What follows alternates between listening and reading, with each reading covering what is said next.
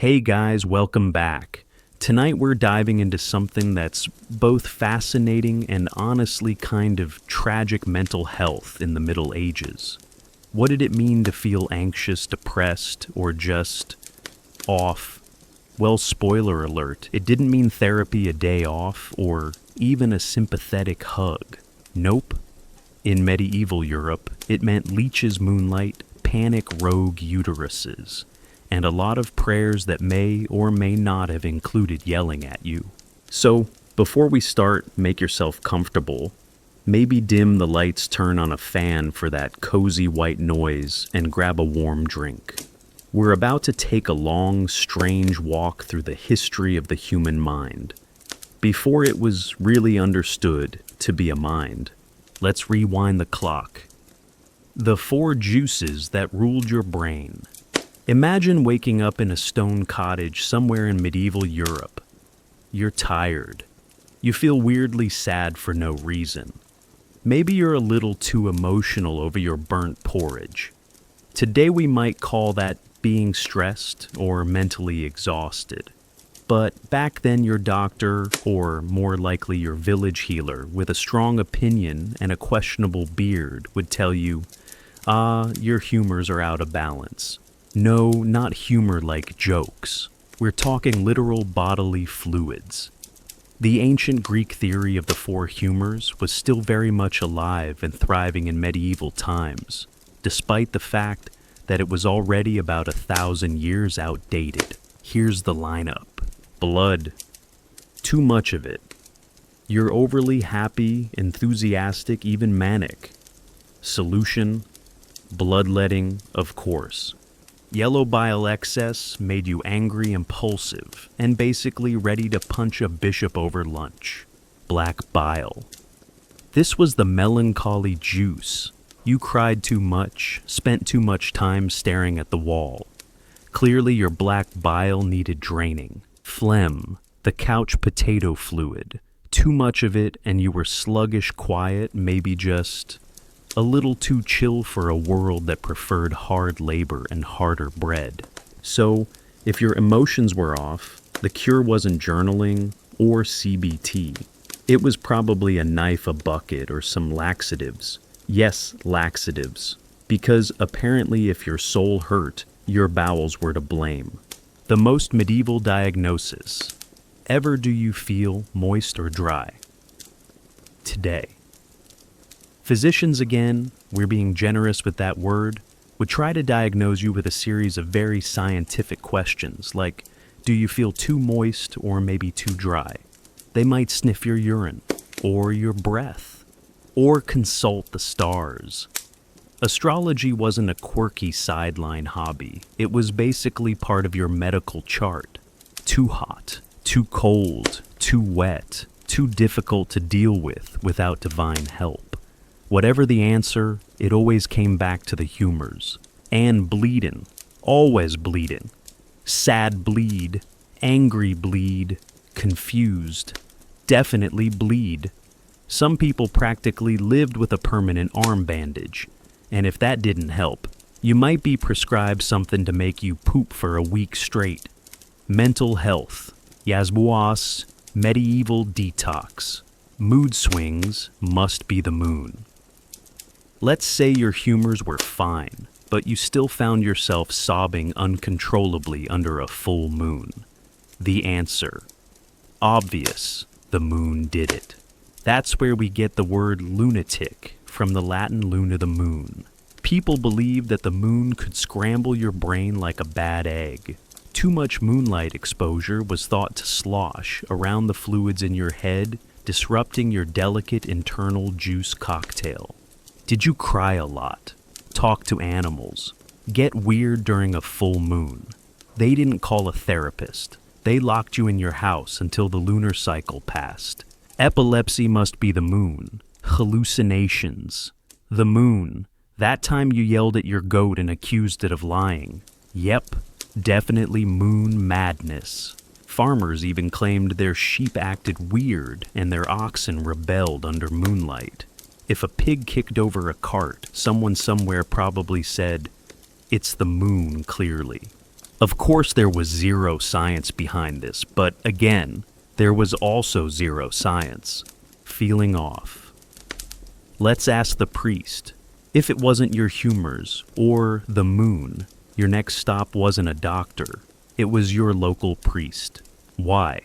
Because in the medieval mindset, your emotions, thoughts, and dreams weren't medical, they were moral. If you felt anxious, depressed, or disoriented, chances were good that it wasn't a chemical imbalance. It was a spiritual one. Sad. Maybe you sinned, anxious.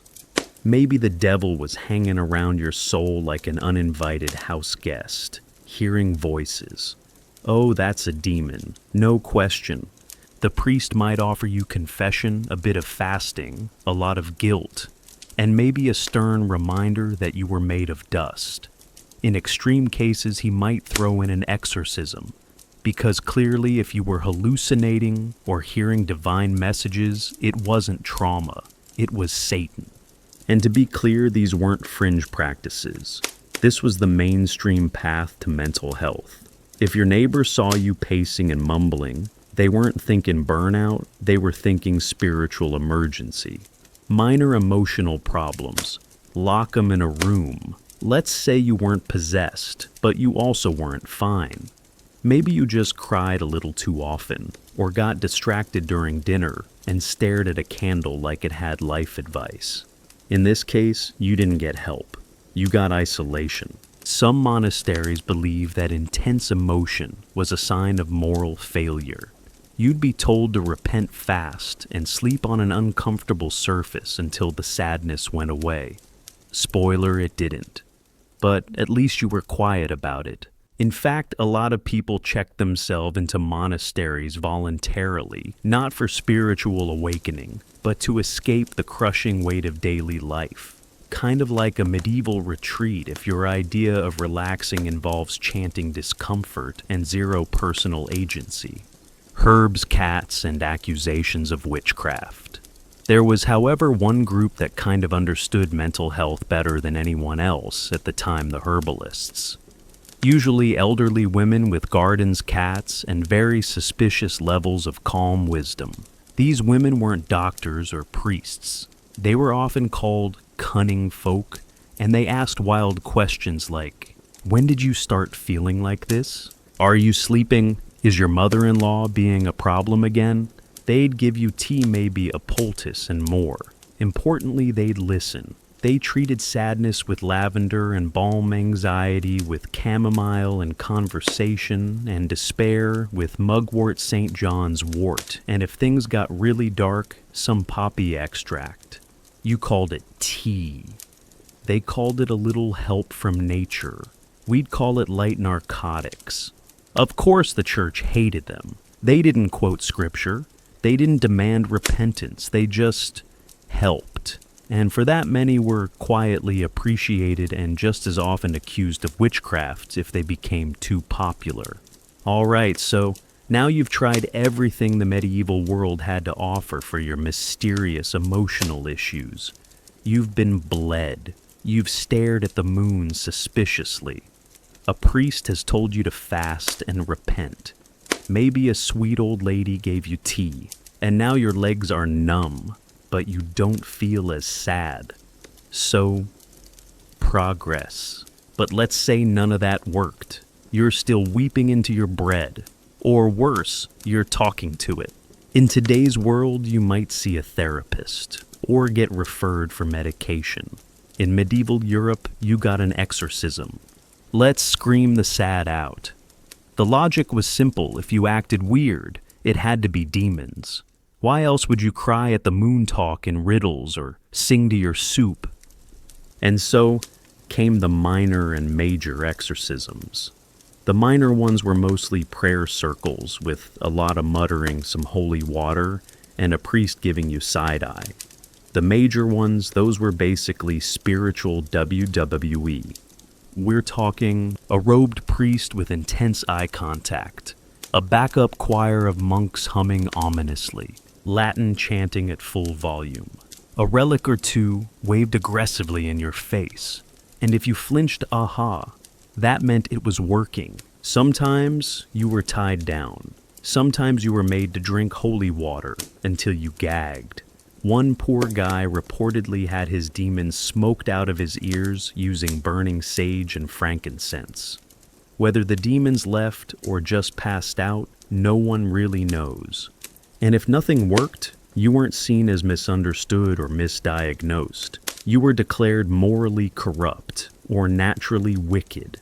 Basically, not only were you broken, you deserved it. The gentle approach to mental illness. Let's say your behavior was just eccentric enough to get side-eye at dinner, but not quite theatrical enough for a full-blown exorcism. You weren't dangerous. You were just weird. In this case, medieval mental health care offered you its gentlest approach, solitary prayer, and relentless guilt. You might be locked in a small room and told to reflect. That's it. No talking, no stimulation, just you, your thoughts, and maybe a Bible if you were lucky. You'd be told that your suffering was part of your spiritual purification, that if your mind hurt, it was because your soul needed cleansing. This wasn't get well soon. It was feel worse until you don't feel anything. Nuns and monks would sometimes guide people through this process. Some were kind and actually helpful. Others just told you to fast sleep on hard surfaces and chant until the despair turned into numb routine. Honestly, it was slightly better than exorcism, but not by much. Relics and routines, holiness by contact. One thing medieval people were absolutely sure of holiness was contagious. So if you were feeling emotionally unwell, one treatment was to touch something that had touched someone very dead and very holy. We're at asking, bone fragments of saints, vials of martyrs' blood, pieces of clothing from holy figures, even a toe from Saint Euphemia. If you were really sad, sleep was difficult, lie near the finger of a long-dead nun. Spiritually fatigued, try praying next to a petrified sandal. Did it work? Depends. But it was one of the few treatments that didn't involve blood loss, fire, or being screamed at. To be fair, this was also one of the rare areas of medieval mental health that included a kind of comfort. Sure, it was weird, but at least someone was trying. Locked away for their own good. Sometimes, though, things got worse. Let's say you wandered through town barefoot shouting about angels in the chimney, or loudly debating theology with a goat. The village didn't laugh anymore. Now they were nervous. So what did they do? They didn't have asylums, at least not in the way we think of them. Instead, they had monastic cells. Think prison, but religious. These weren't jails exactly. You weren't chained. You were just encouraged never to leave. Sometimes for years. You got a bare stone room, a straw mat maybe, a slot in the door for food, cold obviously, and visits only from monks who were brave enough to drop off prayers and herbs. They called this protective isolation. In reality, it was, we don't know what to do with you, and your weirdness makes us nervous, so we'll just not look at it. And this wasn't just for the dangerous or delusional. You could end up in a monastic cell for being too depressed, too emotional, or too open about hearing things that others didn't hear. The early asylums. Now, here's the twist. By the 13th century, a few places, particularly in Islamic cities and some spots in Western Europe, started developing actual early hospitals that treated mental disturbances separately. They weren't perfect. They weren't even particularly helpful most of the time. But they were different. Some had gardens, some had music, some allowed gasp conversation. It wasn't therapy, but it was a baby step in the right direction. And compared to being tied to a goat post or force-fed holy water, it was revolutionary. Women wombs and too much thinking. All right, let's talk about women in the Middle Ages and mental health. If you were a woman and you got overwhelmed, angry, tearful, or heaven forbid, had an opinion you were diagnosed with, Hysteria. The term comes from hystera, the Greek word for womb, because yes, the prevailing theory was that your uterus could wander around your body and cause emotional chaos wherever it went. I'm not kidding. A roaming womb was blamed for everything from fainting to crying to just being a bit too clever. Symptoms included too much sighing, too much silence, too many thoughts, ambition, expressing political opinions, and in severe cases, reading The Cure. Well, that depended on your marital status. If you were single, you needed a husband to settle your womb. If you were married, you just needed to be pregnant. Again. Other treatments included prayer herbs, awkward physical manipulation, yep, what you're thinking, or simply more chores. Because nothing soothes the soul like washing linen while heavily pregnant and spiritually repressed. And if you refuse to get better, congratulations. You might just be labeled a witch. Convent's medieval group therapy. Sort of now, not all was hopeless. Some women actually found respite in convents. Life there was quieter, expectations were lower, and emotions, especially grief and spiritual despair, were allowed to exist, even written about. Some nuns wrote vivid poetic accounts of what today we'd call depression or trauma. Of course, they still framed it through a religious lens, sin purification, divine suffering, but their words echo modern struggles.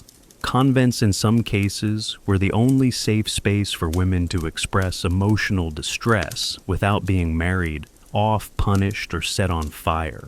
Enter the herbalist. Again, the MVPs of medieval mental health. Let's bring it back to our favorite unsupervised therapists, the herbalists.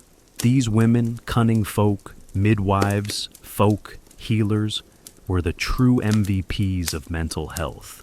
They weren't perfect. Sometimes they rubbed onions on your feet or waved feathers over your head.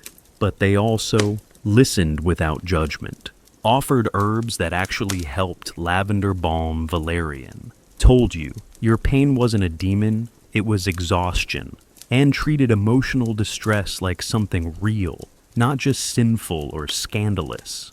Their clinics. A smoky kitchen with drying herbs and a cat on the windowsill. Their therapy tea talk and telling you that you weren't alone. Were they trusted sometimes? Were they feared absolutely? Because they worked outside the church, outside the patriarchy, and outside the bleed and pray model of healing. And for that reason, they were either revered or burned. So you've been bled, prayed over, locked up, and your local herbalist has run out of poppy extract. You're still not feeling mentally stable. What's next? Well, this is where medieval medicine really starts getting creative. And by creative, I mean, did someone come up with this after inhaling too much incense?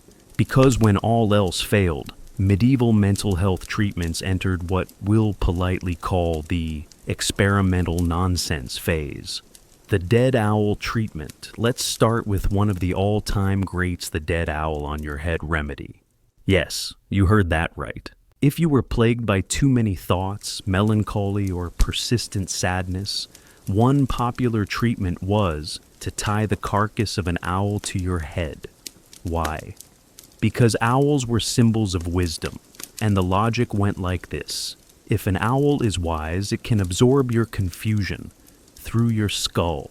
In reality, it absorbed flies, and probably gave you lice. But hey, people swore by it.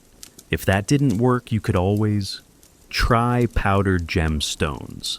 Another elite option. Crush up some emeralds and rub them on your chest. Actual physicians, again, a generous title, recommended ingesting or applying tiny amounts of ground jewels.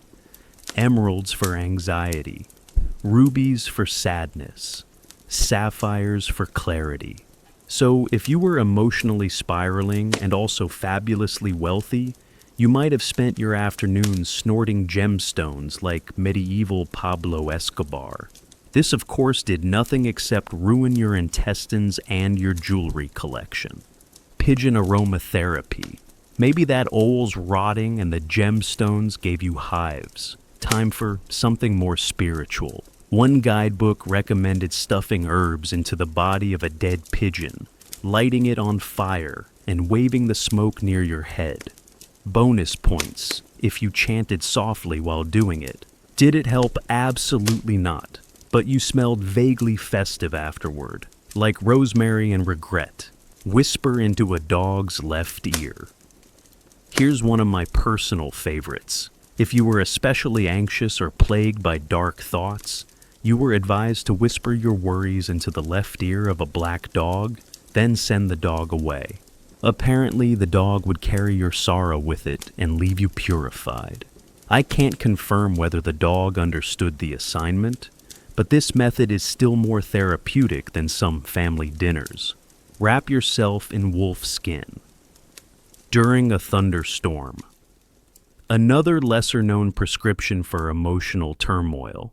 Find a wolfskin, wrap yourself up like a medieval burrito, and stand outside during a thunderstorm to scare off the madness.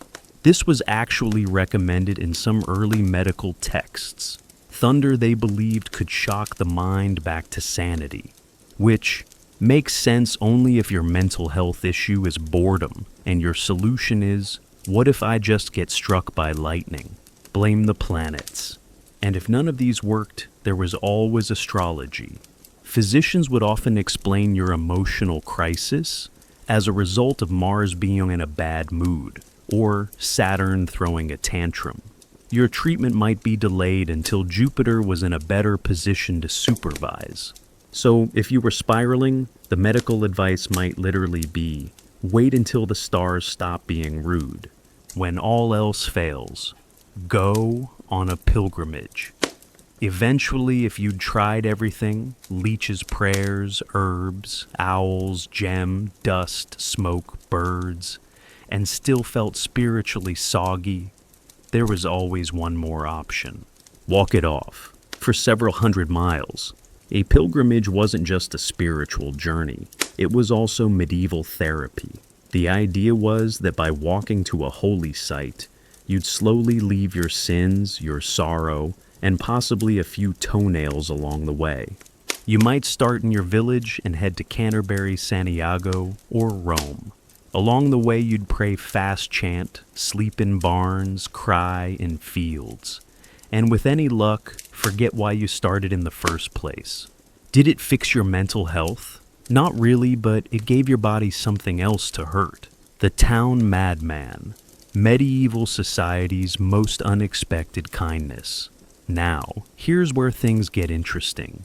Despite all the superstitions and spiritual interpretations of mental illness, medieval society had one surprisingly progressive trait. They didn't always lock up or banish people with visible mental illnesses. In fact, almost every medieval town had that one guy, the one who muttered to himself, who wore mismatched clothes, who cursed puddles and blessed chickens, the village eccentric, the town fool. And weirdly, people just let him be. He wasn't always feared. Sometimes he was just part of the landscape, like the bell tower or the goat who stole bread. Children were told not to stare. Adults brought him food. Blacksmiths fixed his shoes. He'd show up at festivals, laugh at inappropriate times, and vanish for days. And nobody thought he was possessed, just different. In fact, some people thought he might be touched by the divine. Yes, there were limits. If he got violent or disruptive, the tolerance ended quickly. But on the whole, the madman of the village was accepted in a way that's shockingly rare even today. Maybe because in a world where death came fast and sorrow was everywhere, people understood sometimes the mind just breaks a little. And that didn't always need a fix, just some space. Women didn't get that kind of grace. Unfortunately, women weren't so lucky. If a woman acted like the village eccentric, she wasn't given bread and pity. She was often accused of witchcraft. Herbs in her garden, suspicious. Talking to a cat, demon whisperer. crying alone by a stream, clearly communing with spirits. A man who raved was eccentric. A woman who wept was dangerous. It was a grim double standard, and in many cases it led to isolation, exile, or worse. Acedia depression, but make it a sin. Let's get to something deeper. What about people who were just sad, like really persistently, soul-crushingly sad? Today we'd call that depression. In medieval times they had another word for it, acedia. It wasn't considered an illness, it was a sin, a failure of the soul to love God properly, a kind of spiritual laziness, apathy toward divine joy. Think about that. You're lying in bed, numb, tired, overwhelmed by existence, and the church says, this isn't sadness, this is rebellion.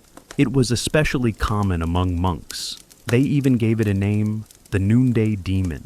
That moment, midday, when your prayers feel pointless, your chanting feels fake, and your soul feels like wet wool. Monks were told to pray harder, to fast more, to feel ashamed. There was no comfort. No, you're not alone, just more pressure to be spiritually productive. And this wasn't just for monks. If you were a layperson, just some tired guy with a cart and a bad back, and you showed signs of acedia, same deal. You were urged to confess, to repent, to stop being selfish. So not only did depression exist, it was punishable. You weren't allowed to be sad in silence. You were accused of spiritual contagion. Your sorrow might infect others. And nothing scared a monastery more than a corridor full of monks asking existential questions between psalms. Even laughter was suspicious. And in case you thought joy was at least safe, nope. Laughter was also controversial. Sure, peasants laughed. Jesters were allowed to be funny. But if you laughed too much, or at the wrong time, or in the wrong tone, it was a red flag. Laughter, according to serious theologians like Thomas Aquinas, had to be measured and moral. Too much of it was a sign of vanity, or madness, or worse, a gateway emotion to dancing. In some religious orders, novices weren't allowed to laugh at all, during meals, during prayer, during anything really. Why? Because laughter led to connection, and connection led to distraction. And distraction, clearly the work of the devil. If someone laughed during a funeral, mental illness. If a woman laughed during a sermon, witchcraft. If you laughed too hard at a goose slipping in mud, possibly heresy. So not only was sadness dangerous, joy was too. The goal wasn't balance, it was emotional neutrality, quiet solemnity, a kind of holy monotony that made even happiness a threat. Let's talk about conversations. Not the kind between people. Those were fine, provided you weren't too emotional, too enthusiastic, or saying something that sounded suspiciously like you had independent thoughts. No, the real danger was when you started talking to things that didn't talk back. Because in the Middle Ages, if you were seen whispering to a cat, chatting with angels, or having deep philosophical discussions with your firewood, it raised some serious eyebrows. And sometimes those eyebrows came with torches. Conversations with animals, Drosmbizepsis, sorcery starter pack. Let's begin with animals, specifically cats. Cats were already under suspicion. They were independent, sleek, didn't attend church. They did things on their own time, and that rubbed medieval society the wrong way.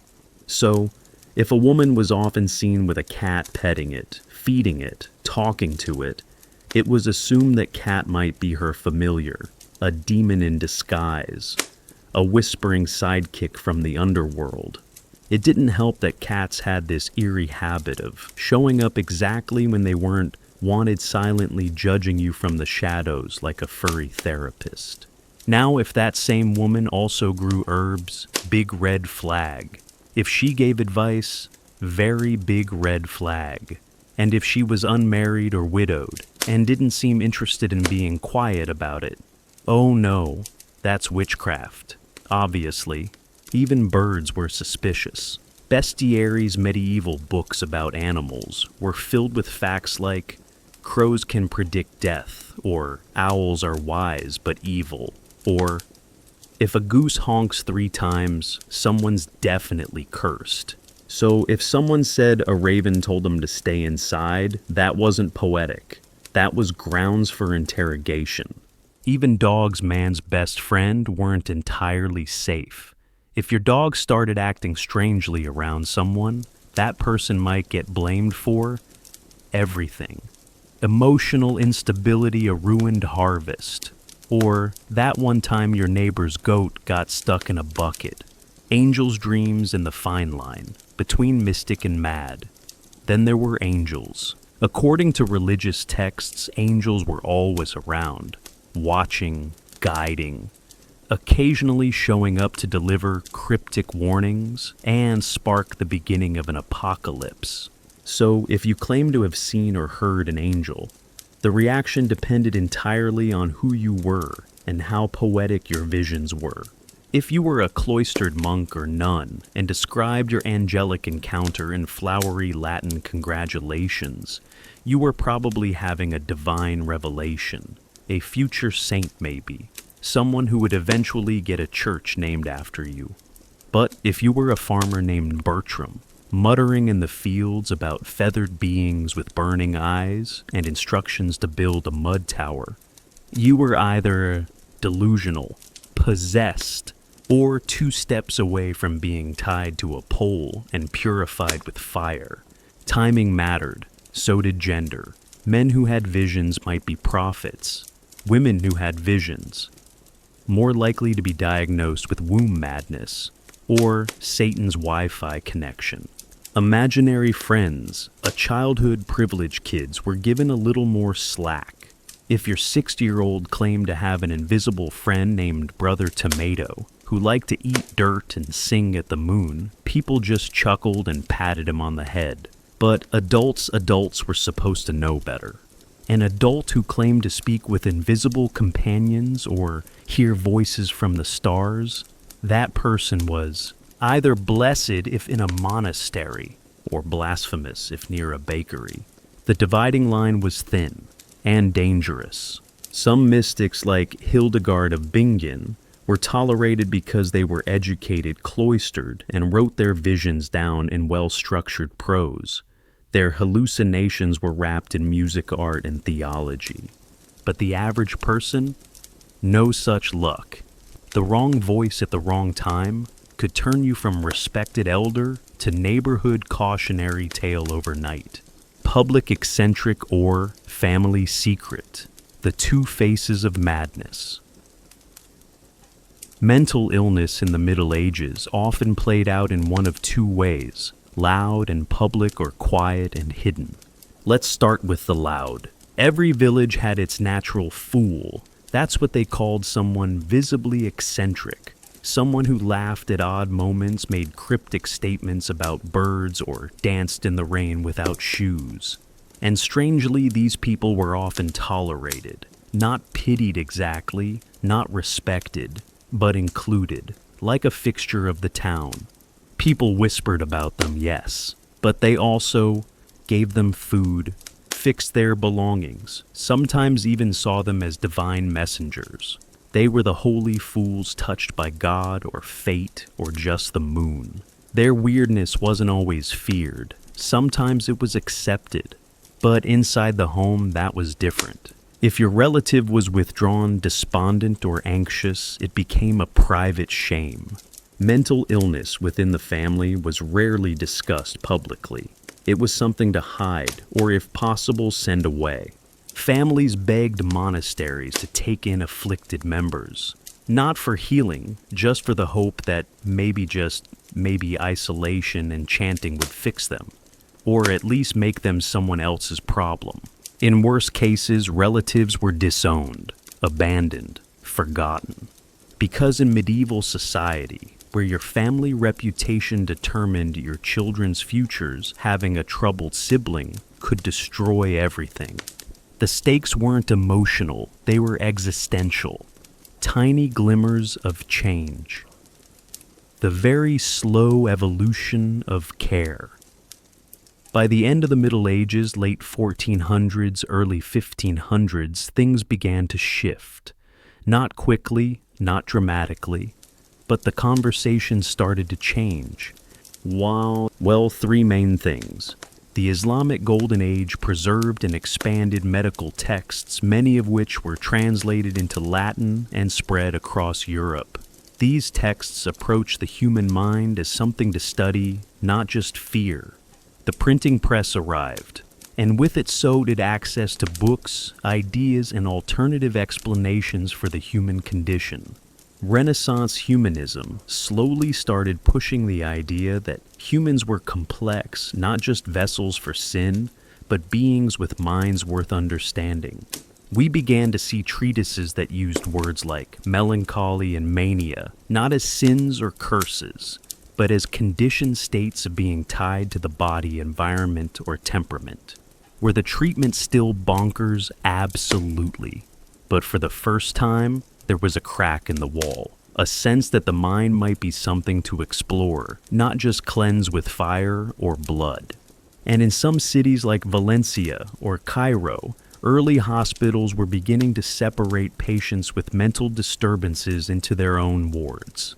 They weren't always treated with dignity, but they were acknowledged. And in a world where hallucinations got you exercised and sadness got you punished, that tiny step forward was radical. Legacy, the long shadow of medieval misunderstanding. Even after the Middle Ages ended, their approach to mental health left a mark that lingered for centuries. The idea that sadness was sinful, that joy was suspicious, and that hallucinations were demonic didn't just disappear with the Renaissance. They evolved. They softened. They were rebranded. But they stayed. Even today, echoes of that mindset remain in the way society talks about mental health. The shame, the silence, the fear of being too much or too emotional. The Middle Ages didn't invent stigma, but they gave it structure, rules, rituals, and often consequences. So, the next time you find yourself in therapy, sipping herbal tea, journaling your feelings, or taking a walk under the moon without fear, remember that freedom was bought slowly, painfully. And a few hundred years ago, that moonlight stroll might have gotten you diagnosed with demon-infused melancholy and sent you straight to confession or a cellar. So, we've explored what it meant to suffer mentally as a peasant or a monk. But what if you were born at the top, rich, powerful, noble? Surely you had better options, right? Not exactly. Because if you were a noble in medieval or early modern Europe, your mental health didn't just have to contend with ignorance or superstition, it had to hide behind luxury.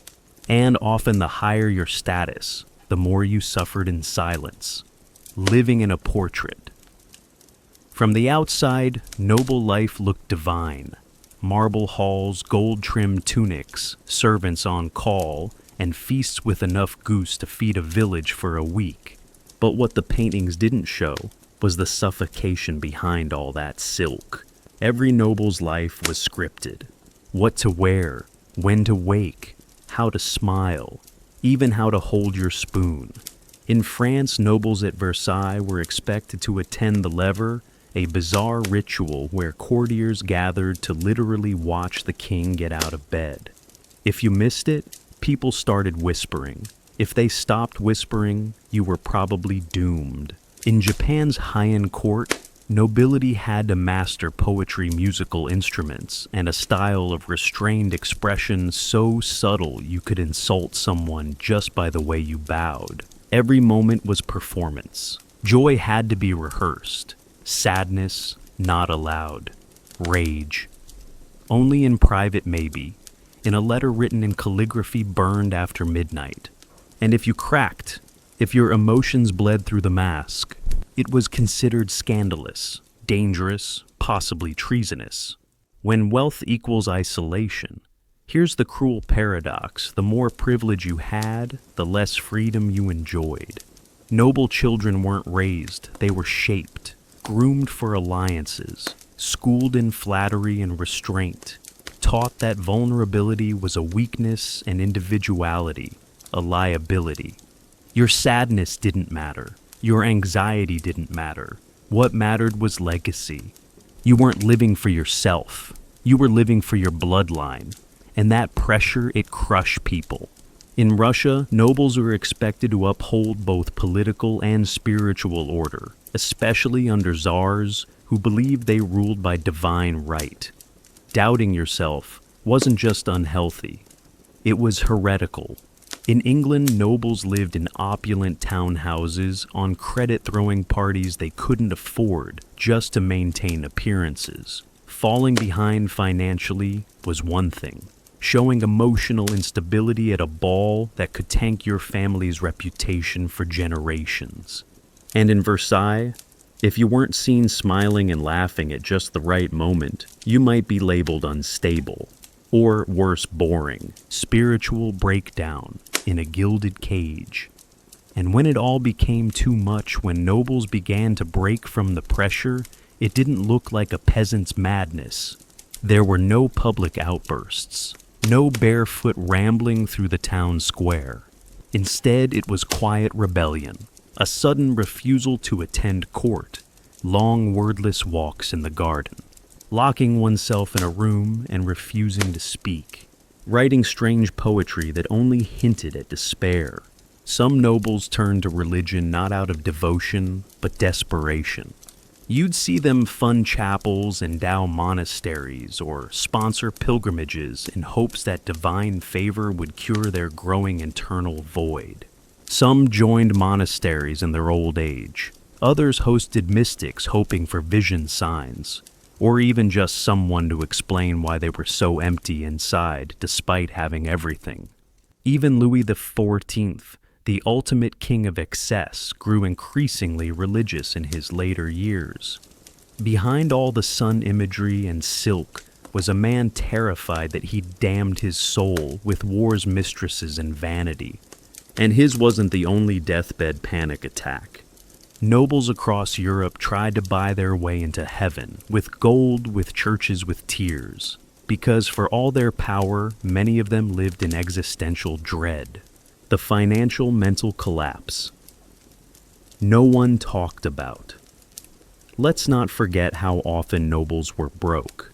The illusion of wealth had to be maintained at all costs, and that cost usually came with debt, letters from creditors, and full-blown financial anxiety hidden behind embroidery and powdered wigs. In England, noble families mortgaged their estates to buy one more gown for the season.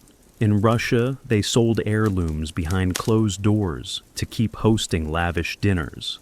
In Japan, the court aristocracy became irrelevant and impoverished. After the rise of the samurai class, many literally took side jobs in poetry schools or religious temples. But admitting poverty, that was social death. So the stress got buried, covered in pearls, and carried like a crown made of lead. For noble women, it was even worse. Their futures depended on marriage, and if they didn't marry well, or at all, they were often shipped off to convents, out of sight, out of mind. Their emotions, not their own. Their bodies, definitely not. Their minds treated like porcelain, decorative, but not trustworthy. Scandal, the noble word for mental health crisis. In noble society, scandal was often the first visible sign that something had gone mentally wrong. Because nobles weren't allowed breakdowns. They were allowed mistakes as long as they were beautiful. That's why scandal became its own language. A baroness who fell in love with a poet, scandal. A count who vanished for a year to live with monks, scandal. A duchess who refused to wear mourning black after her husband died, double scandal. But behind each scandal was often something deeper, something raw, something resembling a panic attack in lace cuffs. Affairs, addiction, exile, and poetry weren't always rebellion. Sometimes they were cries for air in a world that didn't permit emotional oxygen. Some nobles didn't survive it. They deteriorated behind the velvet curtains, locked away in estates or quiet asylums. Their names were written out of family histories, replaced with words like unwell or unfortunate. Others managed to channel their madness into art. We have their letters, their paintings, their coded poetry. And in those fragments you see the truth beneath the wigs and brocade many of them were screaming. When letters were louder than voices nowhere, is this more clear than in noble correspondence? Letters were everything. They carried gossip, secret strategy, and unspoken emotions wrapped in metaphor. In Versailles, nobles wrote love letters, debt pleas, and confessions to God, all with the same calligraphy. Every word had to be carefully coded, because one slip could lead to disgrace. Some nobles developed entire personal ciphers, secret alphabets to hide their true thoughts. A confession of sadness might be hidden in a poem about rain. A breakdown disguised as commentary on falcons. A cry for help cloaked in philosophy. In Japan's Heian court, love poems were everything. But those poems also became the only safe place to express sorrow, to say I'm lonely without losing honor. In Russia, letters smuggled from the court told the stories that historians missed of women who cracked under royal pressure of men who saw ghosts in the palace mirrors and weren't entirely sure they were hallucinations. The truth is, for many nobles, writing was the only form of therapy they had, and most of those writings burned, hidden, lost, because real emotion had no place in the legacy they were trying to build. When emotion became performance, in the end, noble life demanded emotional acting. You weren't allowed to feel, you were allowed to display the acceptable version of feeling. Grief had to be poetic. Joy had to be poised. Anger had to be whispered through clenched teeth and fan signals. Tears were allowed only during funerals, and even then they were measured. Cry too much, you're unstable. Cry too little, you're heartless. The rules were suffocating. Show happiness, but not delight. Show sorrow, but not despair. Show loyalty, but never obsession. And behind it all, anxiety, isolation, long sleepless nights staring at gold ceilings and wondering if any of this mattered. By now we've talked about how nobility had to smile through trauma cry and coded poetry, and maintain a public image so polished it could blind the sun. But what happens when that emotional mask slips?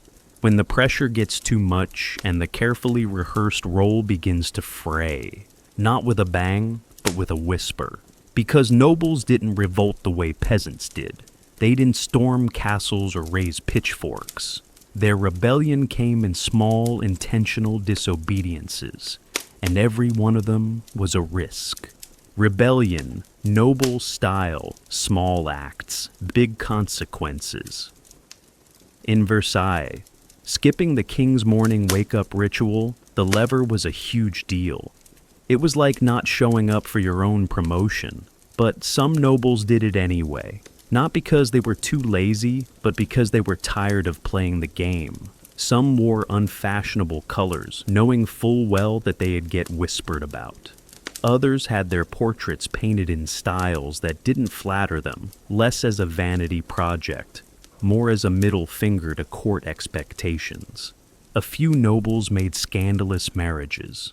Not to kings or dukes, but to actors, musicians, commoners, people they actually loved. In noble society, love was rarely the point of marriage. It was about land bloodlines alliances. So, choosing love over strategy, that was radical. And then there were those who just vanished. Not in the dramatic sense. They didn't fake deaths or flee on horseback. They simply retreated to country estates, to libraries, to religious life. They stopped showing up to court, stopped hosting banquets, stopped pretending. To everyone else, it looked like withdrawal. To them, it was survival. Lord Byron and the poetry of madness. Some nobles, especially in later centuries, found a way to channel their emotional breakdowns into art. Lord Byron, aristocrat, poet, walking scandal, was a master of this. He didn't just write about madness and desire, he lived it. Cross-dressing, touring Europe with a caravan of lovers, writing verses that mocked the very system he was born into. He was considered brilliant, dangerous, and absolutely unfit for polite society, which is exactly what made him unforgettable. His life was a rebellion, and through him, you get a glimpse of what noble mental health could look like when it was performed instead of repressed. Russia. Their breaking down was treason. In Imperial Russia, however, rebellion came with a much sharper edge. Some nobles were secretly sympathetic to radical politics.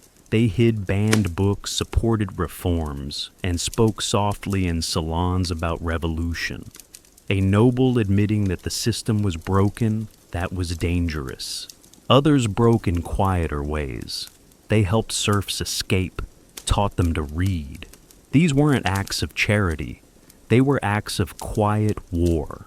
And in a court where emotional restraint was demanded under the gaze of paranoid czars, any slip in composure could get you noticed for the wrong reasons. Start crying at the wrong moment. Someone might think you're plotting. Talk too passionately about justice, you might disappear. Japan's elegant resistance.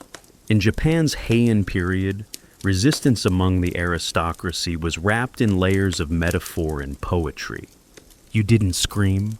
You wrote a haiku that cut like a knife. You didn't protest. You gave someone a gift with a subtle insult carved into the wrapping.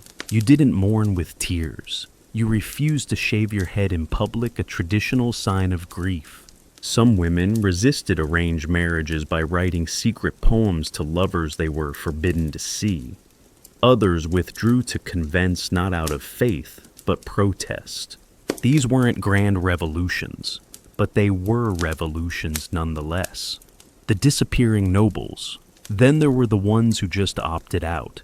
They feigned illness, got too busy, buried themselves in obscure astronomy studies or estate management or extreme introspection. They stopped playing the game. They became strange and unapproachable, the kind of person other nobles whispered about at dinner. Oh, Lord so-and-so. He just reads now, alone for hours. But behind that quiet sometimes there was peace. Other times there was simply exhaustion. A life lived under constant scrutiny leaves little space for real selfhood, for joy or grief, or anything that isn't rehearsed. So, these noble dropouts carved out their own little safe zones, hiding in plain sight, surrounded by books, birds, and the memory of who they once were before the performance consumed them. Legacy. The only thing that mattered for all their wealth and power. Nobles were obsessed with legacy. Their whole lives revolved around it. Family portraits, marble busts, embroidered family trees longer than most books. They wanted to be remembered, immortal, untouched by time. But here's the brutal truth, most of them were forgotten. Yes, we remember the kings and queens, the ones who won wars or started them, the ones who got beheaded or wrote declarations. But the average noble, the one who poured his heart into alliances, who raised daughters to smile and sons to duel, vanished completely. Their portraits are in dusty museum basements. Their estates are overgrown. Their titles extinct. Their names only survive in the footnotes of family records, or the crumbling inscriptions on gravestones no one visits. The illusion of immortality. In revolutionary France, noble portraits were torn down. Names were erased. Streets were renamed. Bloodlines severed. Their obsession with being remembered ended in anonymity. In Japan, the court nobility was gradually replaced by warrior elites. the elegant rituals and seasonal poetry fell out of relevance. In Russia, entire noble houses were exiled, imprisoned, or simply liquidated during political purges. Even in England, where the aristocracy endured longer, many noble houses collapsed due to scandal, financial ruin, or childless heirs. The lesson legacy was the ultimate illusion. They lived for it, died for it, destroyed themselves trying to secure it. And in the end, it vanished like the last note of a lute song played for an empty room. But not all was lost, because in between the rituals and breakdowns, the marriages and masks, some nobles left behind fragments. Letters, poems, rumors, paintings that reveal too much in the eyes. And in those fragments, we see something real, something messy, something human. They were flawed, afraid, lonely. Some were cruel, some were brilliant, some were both. And though their world was built on performance, some of them broke character just long enough for us to see who they really were. And that flicker, that honest second, that might be the most lasting legacy of all. Let's switch gears now. We're leaving the misty corridors of monasteries and the velvet-trapped nobles of Versailles and heading straight to the marble chaos of ancient Rome. Because if the Middle Ages feared mental illness and nobles buried it under pearls and silence, Rome gave it a throne. And no one embodied the raw spectacle of emotional unraveling more than a man named Nero. Yes, that Nero, the fire, the liar, the empire that slowly fell apart while he chased applause instead of glory. But his madness wasn't just explosive, it was theatrical, and in many ways deeply terrifyingly modern. From puppet to emperor, born in 37 CE, as Lucius Domitius, a Aenobarbus Nero, was a child of privilege and poison. His mother, Agrippina the Younger, was the sister of Caligula, great-granddaughter of Augustus, and one of the most politically ruthless women in Roman history. His father, known mostly for his arrogance, cruelty, and the one memorable line, "Nothing born of me and Agrippina could be anything but monstrous."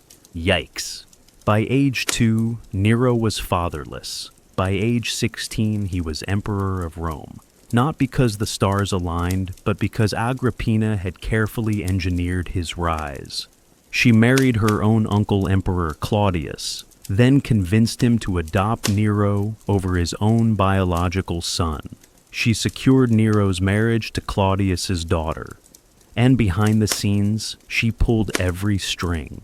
When Claudius mysteriously died, allegedly after a suspicious dinner of mushrooms, Nero became emperor, and Agrippina stood beside him like a living ghostwriter. The artist in a crown. For a brief moment, it looked like things might go well. Nero was young, charismatic, and well-educated. He was tutored by the Stoic philosopher Seneca, who tried to instill virtue, restraint, and wisdom. But here's the thing: Nero didn't want to rule. He wanted to perform. He wasn't obsessed with conquest. He was obsessed with being adored. And so began one of the most bizarre reigns in history. He took the stage literally. As emperor, he sang, he acted, he competed in artistic festivals where, surprise, he always won. He held massive public games where he wasn't the sponsor, he was the main act. In a society where actors were seen as low-class, Nero shattered every norm. Senators were forced to sit through his hours-long poetry recitals. People clapped out of fear, not admiration. And when they didn't clap loud enough, they disappeared. The mother problem. But even as Nero indulged his theatrical fantasies, one person still held power over him: Agrippina. She wasn't just his mother. She was a political force constantly reminding him who had made him emperor. She demanded a seat next to him in public. She tried to appear on coins beside his face. She even tried to control his romantic relationships, furious when he fell for a former slave named Acte. Nero began to pull away. Agrippina pushed harder. Eventually, it reached a point of no return. Matricide and madness. In 59 CE, Nero decided his mother had to go. He invited her to a festival, gave her a beautiful ship for the return trip. Only the ship was rigged to collapse mid-sea. It did, but Agrippina swam to shore. So Nero sent assassins. She allegedly faced them calmly, saying, "Strike me in the womb." And with her death, Nero was finally free. But that freedom came at a cost. He began to unravel. He couldn't sleep. He claimed to see her ghost. He became paranoid, unstable, and even more obsessed with his image. He had crossed a line, not just politically, but psychologically. And Rome would suffer for it, the fire and the blame. In 64 CE, a fire broke out in Rome. It raged for 6 days, destroying 10 of the city's 14 districts. Rumors spread like smoke. Some claimed Nero had started it himself, allegedly to make space for a grand palace he wanted to build. Others said he played the lyre and sang while the city burned. Whether those rumors were true or not, Nero needed a scapegoat. So he blamed a small, mysterious religious sect that refused to worship Roman gods, the Christians. He launched one of history's first persecutions. Men, women, and children were crucified, burned alive, and torn apart by animals, all to shift blame and reassert control. He turned tragedy into spectacle. And in the ashes of the fire, he built his golden palace, the Domus Aurea, with revolving dining rooms, artificial lakes, and a 100-foot statue of himself. The death spiral of an empire. By now the Senate hated him. The army distrusted him. Even his inner circle feared him. He executed his wife Octavia, then in a rage allegedly killed his pregnant mistress Poppaea Sabina by kicking her in the stomach. He exiled friends, forced rivals to commit suicide. Paranoia consumed him. And yet he still toured Greece demanding applause. He sang as cities collapsed. He competed in artistic games where no one dared beat him. He was no longer an emperor. He was a god in his own head, ruling through fear, delusion, and performance. The empire pushes back. Eventually, the provinces had enough. Revolt sparked in Gaul and Spain. Roman generals declared Nero unfit. The Senate finally turned against him. Even the Praetorian Guard, his personal bodyguards, abandoned him. Nero fled Rome in disguise. He hid in a villa surrounded by a few loyal freedmen, weeping and pacing. When soldiers came for him, he panicked. He couldn't bring himself to die. He begged others to kill him. Eventually, with help, he stabbed himself in the throat. His last words, "What an artist dies in me." The echoes of Nero. With Nero's death, the Julio-Claudian dynasty ended.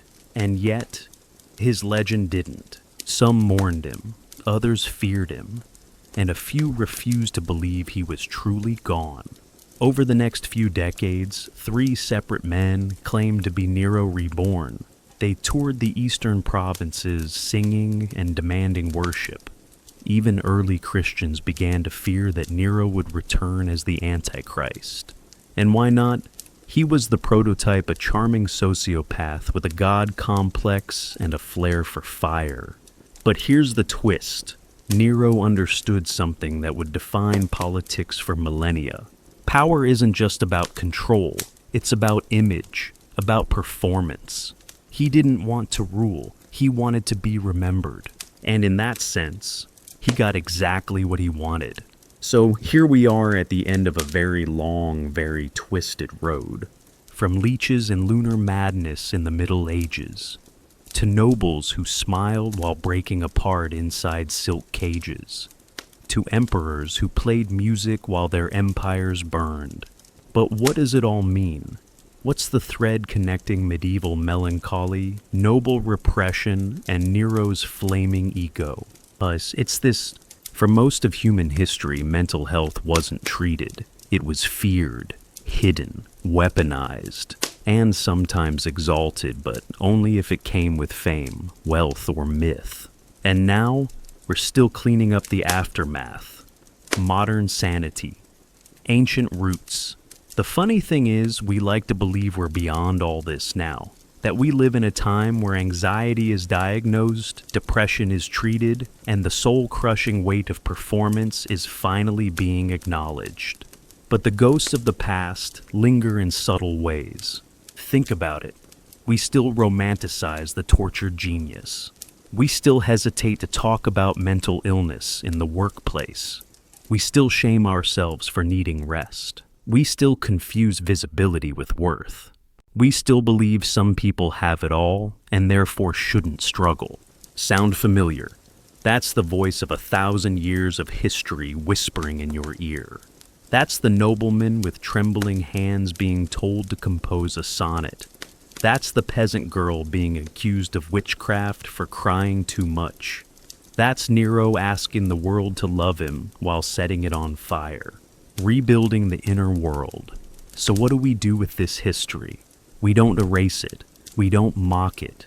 We learn from it. Because understanding how badly we've misunderstood the mind in the past gives us a fighting chance to do better in the future. It teaches us that silence isn't always peace. That emotional control isn't the same as emotional health. That being seen doesn't mean being known. That the most dangerous kind of madness is the one dressed in applause. We now live in a time where therapy exists. Medication, support groups, books, podcasts, language itself.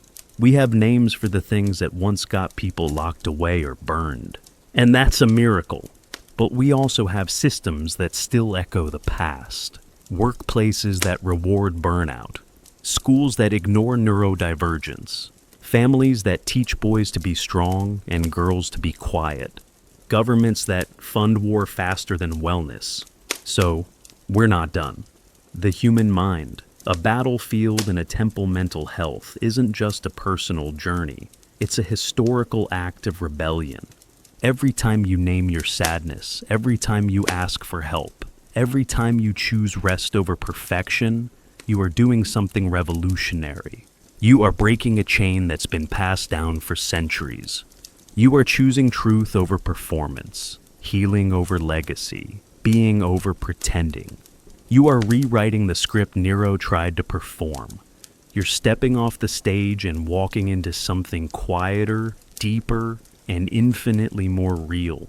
The final scene, a candle in the dark. Let's end with a thought experiment. Imagine a small cottage somewhere in medieval Europe.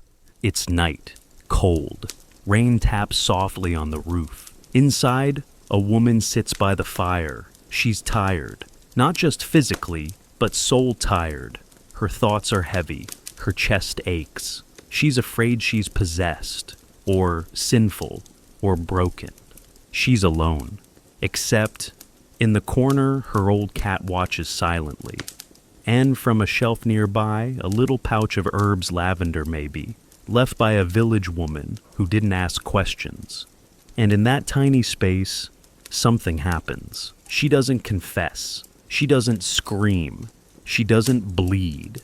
She just sits, breathes, and decides maybe for the first time ever that what she feels isn't evil. It's human.